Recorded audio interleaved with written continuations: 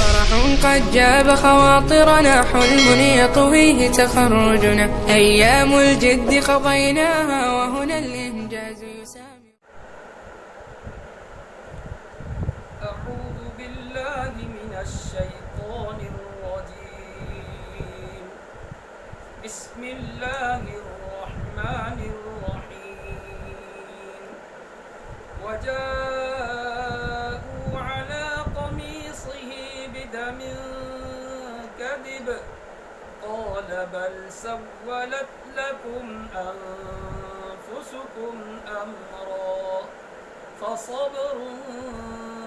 جميل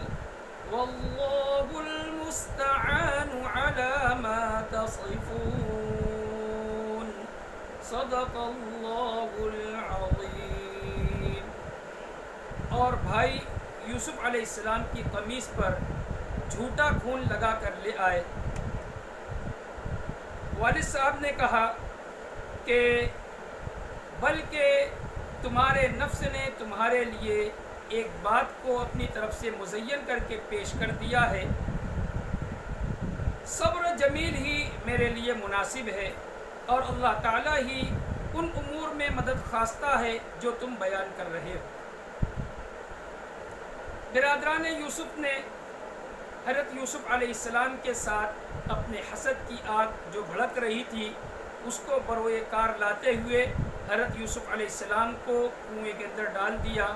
اور والد صاحب کے پاس اپنے جھوٹے بہانے بنا کر پیش کرنے کے لیے یوسف علیہ السلام کی قمیص بھی لے کر آئے اور اپنے آپ کو سچ دکھلانے کے لیے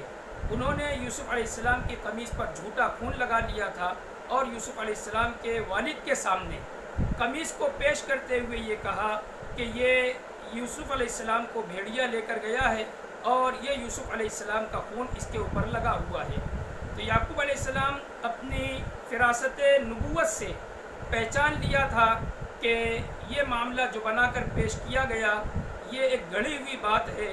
اب اس معاملے کے اندر میرے لیے صبر جمیل ہی مناسب ہے اور جو بات تم بیان کر رہے ہو اس سلسلے میں مجھے اللہ تعالیٰ سے ہی مدد کی امید ہے.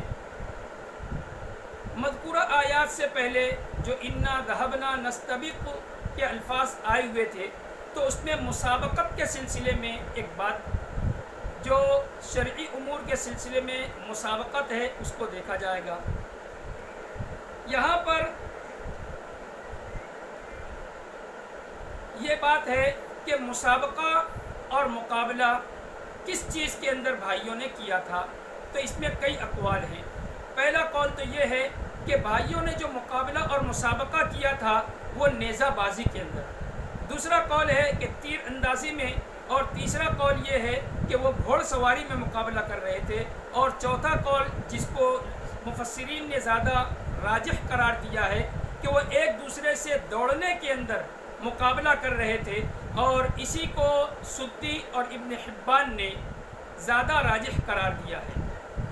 مسابقے کی شریعت کے اندر کیا حیثیت ہے تو اس سلسلے میں یہ کہا جائے گا کہ جو امور اوپر مسابقے اور مقابلے کے بیان کیے گئے ہیں شریعت کی نگاہ کے اندر یہ عمدہ خصلت اور اپنے آپ کی حفاظت کے لیے ایک بہترین ہنر کے اندر مددگار کے طور پر شریعت نے اس کو دیکھا ہے اور اس کی اجازت دی ہے. خود نبی پاک صلی اللہ علیہ وسلم سے بھی گھوڑ سواری کا مقابلہ ریس کے اندر کرتے ہوئے روایات میں منقول ہے اور دوڑ کا مقابلہ کرنا بھی آپ صلی اللہ علیہ وسلم سے منقول ہے کہ نبی پاک صلی اللہ علیہ وسلم نے اپنی زوجہ مطہرہ حضرت عائشہ رضی اللہ تعالی عنہا کے ساتھ دوڑ کا مقابلہ کیا. ایک مرتبہ حضرت عائشہ آگے نکل گئی اور دوسری مرتبہ جب مقابلہ ہوا تو نبی پاک صلی اللہ علیہ وسلم حضرت عائشہ سے آگے نکل گئے تو آپ نے فرمایا تھا تل کا بھی تل کا کہ پہلے کی ہار اور اس مرتبہ کی جیت یہ برابر سرابر ہو گئے. اور گھوڑ سواری کے مقابلے کے لیے حضرت ابن عمر رضی اللہ تعالی عنہ کی روایت ہے کہ نبی پاک صلی اللہ علیہ وسلم نے مقام حفیہ سے لے کر ثنیۃ الوداع تک کا مقام گھوڑ سواری کے لیے مقابلے کے طور پر آپ نے مقرر کیا تھا. اور مقابلہ کے لیے 3 شرائط گھوڑے کے اندر ہونا ضروری ہے. وہ یہ ہے کہ سب سے پہلے گھوڑ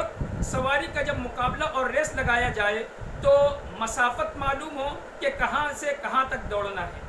اور دوسری شرط یہ ہے کہ جن گھوڑوں کا آپس میں مقابلہ کروایا جا رہا ہے وہ صفت کے اندر ایک دوسرے کے ساتھ مساوی اور برابر ہو، اور تیسری شرط یہ ہے کہ وہ گھوڑے ہونے چاہیے جو اسلام اور مسلمانوں کی حفاظت کے لیے تیار کیے جا رہے ہوں، محض ریاکاری کے لیے اور اپنے آپ کو بڑا بتلانے کے لیے یہ گھوڑے کا مقابلہ درست نہیں ہے، بلکہ گھوڑے کا مقابلہ اس وجہ سے کروایا جائے کہ وہ اسلام کی اور مسلمانوں کی حفاظت کے لیے مقابلے میں کام آئے۔ نیزہ بازی کے سلسلے میں اور اونٹوں کی ریس کے بارے میں حدیث کے اندر منقول ہے، امام مسلم نے حضرت عبداللہ ابن عمر رضی اللہ تعالیٰ عنہ کی روایت نقل کیا ہے کہ حضرت عبداللہ ابن عمر نے فرمایا کہ ایک سفر میں ہم نبی پاک صلی اللہ علیہ وسلم کے ساتھ تھے، ایک جگہ پر پڑاؤ ہوا، لوگ اپنے اپنے مقام پر آرام کے لیے بیٹھ گئے، لیکن کچھ ساتھی آپس میں نیزوں کا مقابلہ کرنے لگے اور کچھ اونٹوں کا ایک دوسرے سے ریس کے اندر مقابلہ کرنے لگے۔ نبی پاک صلی اللہ علیہ وسلم کا اس کا علم تھا، لیکن آپ نے انہیں منع نہیں کیا۔ اور ریس اور مقابلہ کرنے کے سلسلے میں بھی 3 صورتیں ہو سکتی ہے۔ سب سے پہلی صورت تو یہ ہے کہ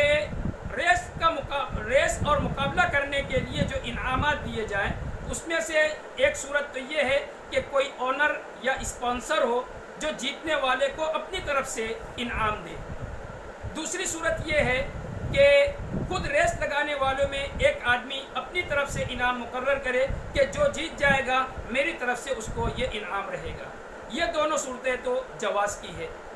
البتہ تیسری صورت یہ ہے کہ جس میں 2 آدمی ریس لگا رہے ہوں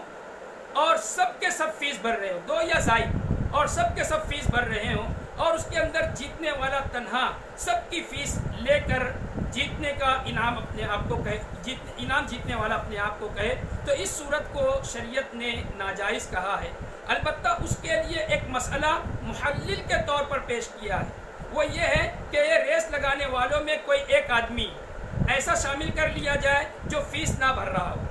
اور اس کے لیے بھی یہ ہو کہ اگر وہ جیت جائے تو جتنے لوگوں نے فیس بھری ہے سب کے سب کی فیس انعام کے طور پر، اس فیس نہ بھرنے والا اگر جیت رہا ہو تو انعام کے طور پر اس کو دیا جائے گا، اور نہ جیتے اور فیس بھرنے والوں میں کوئی ایک جیت رہا ہو اس کو ساری کی ساری فیس مل جاوے۔ تو اس ایک آدمی کا بغیر فیس کے بیچ میں شامل کر دینا یہ محلل کہلاتا ہے، اور اس کو شریعت کی نگاہ کے اندر جائز بتلایا گیا ہے۔ یہ رہی مقابلہ کرنے کی صورت کے اندر۔ آگے یہ بات بتلائی گئی ہے کہ یوسف علیہ السلام کو انہوں نے اپنے سامان کے پاس چھوڑ دینے کے بعد اپنے والد کے پاس جو بات کہی تھی کہ بھیڑیا نے ان کو کھا لیا، تو بھیڑیے کے کھانے کی بات کیوں کہی، اس کے جواب کے اندر مفسرین نے یہ کہا ہے کہ چونکہ لے جانے کے وقت والد صاحب نے ہی بھیڑیے کا اندیشہ ظاہر کیا تھا، اسی لیے اسی اندیشے کو انہوں نے بالکل ہی ایک معاملہ کی صورت کے اندر پیش کرنے کے لیے ان یأکلہ الذئب کا لفظ کہہ دیا تھا۔ آگے یہ بات بیان کی گئی ہے کہ وَجَاءُوا عَلَىٰ قَمِيصِهِ بِدَمٍ كَذِبٍ، کہ وہ لوگ یوسف علیہ السلام کی قمیص کے اوپر جھوٹا خون لگا کر لے کر آ گئے۔ یہاں پر فقہاء نے یہ مسئلہ عرض کیا ہے کہ اگر دلائل 2 جانب سے 2 جھگڑا کرنے والے ایسے پیش کرے کہ دونوں کا قول ایک دوسرے کا بالکل مقابل ہے، معارض ہے، کسی ایک کے اوپر ترجیح ممکن نہیں ہے، تو ایسی صورت کے اندر نشانی اور علامت کو کسی ایک آدمی کے قول کی قوت کا درجہ دیا جا سکتا ہے، جیسا کہ حضرت یعقوب علیہ السلام اور یوسف علیہ السلام کے اس قصے کے اندر